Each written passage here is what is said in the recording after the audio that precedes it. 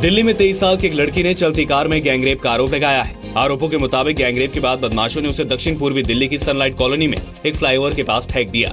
लड़की के मुताबिक शुक्रवार की रात वो खाना खाने के लिए निजामुद्दीन इलाके में गई थी। रेस्टोरेंट से निकलने के बाद 3 लोगों ने जबरन अपनी कार में बिठा लिया और चलती कार में गैंगरेप किया। पुलिस ने लड़की की शिकायत पर केस दर्ज कर लिया है।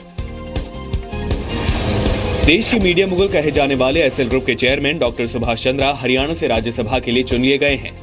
निर्दलीय उम्मीदवार के तौर पर चुनाव लड़ रहे डॉक्टर चंद्रा ने कांग्रेस और आईएनएलडी समर्थित उम्मीदवार आर.के. आनंद को हराया। डॉक्टर सुभाष चंद्रा को जीत के लिए कुल 29 वोट मिले। डॉक्टर चंद्रा को बीजेपी के अलावा निर्दलीय विधायकों का समर्थन मिला। साथ ही कांग्रेस के 14 वोट अवैध होने का भी फायदा मिला। मैं ये कह सकता हूँ कि हमारे 52 वोटर थे, 52 में से एक भी इधर से उधर नहीं था। ये एक अच्छी अनुशासन पार्टी का खेल है, काम है, और इसी से पता लगता है कि दोनों सीटें हमने जीती हैं।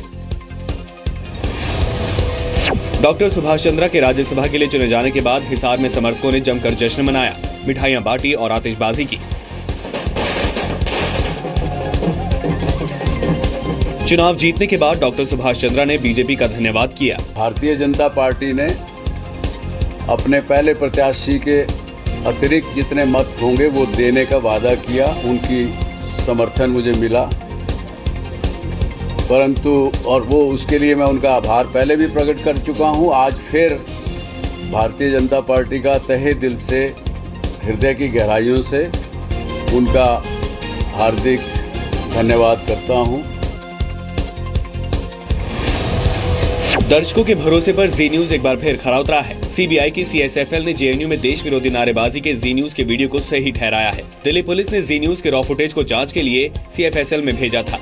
लैब ने जांच में पाया कि वीडियो फुटेज से कोई छेड़छाड़ नहीं की गई थी। जी न्यूज ने 9 फरवरी की रात को जेएनयू में हुई देश विरोधी नारेबाजी की घटना को दिखाया था और जी न्यूज के वीडियो फुटेज के आधार पर ही दिल्ली पुलिस ने एफआईआर दर्ज की थी।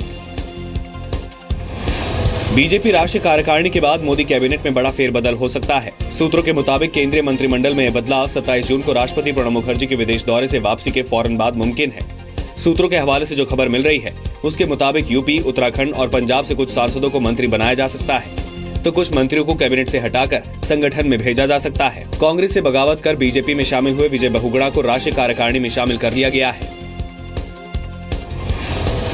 इलाहाबाद में आज से बीजेपी की राष्ट्रीय कार्यकारिणी की बैठक शुरू हो रही है।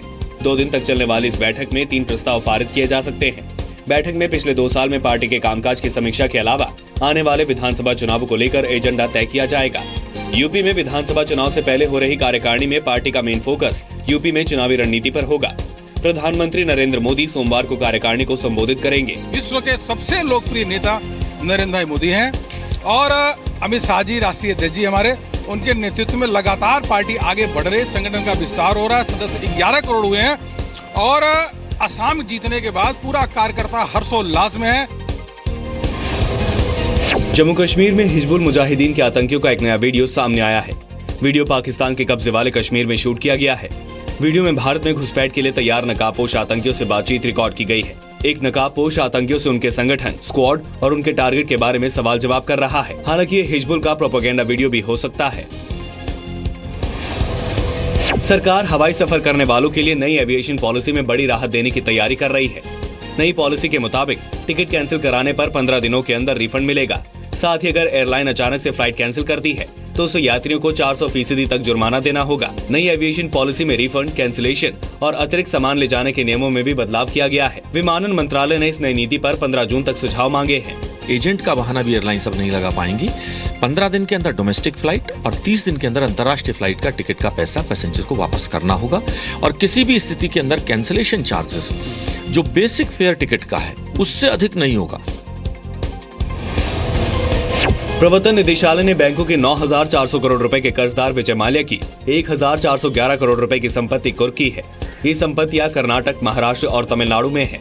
ईडी ने कहा कि मनी लॉन्ड्रिंग निरोधक कानून के तहत विजय माल्या और यूबी लिमिटेड की बाजार मूल्य के हिसाब से 1,411 करोड़ रुपए की संपत्तियां कुर्क की गई हैं। माल्या के अस्थायी रूप से कुर्क संपत्तियों में 34 करोड़ रुपए की बैंक जमा, बेंगलुरु और मुंबई में एक फ्लैट, चेन्नई में 4.5 एकड़ का एक औद्योगिक प्लॉट, कुर्ग में करीब 29 एकड़ का एक कॉफी बागान, यूपी सिटी में एक आवासीय और वाणिज्य जमीन और बेंगलुरु में किंगफिशर टावर शामिल है।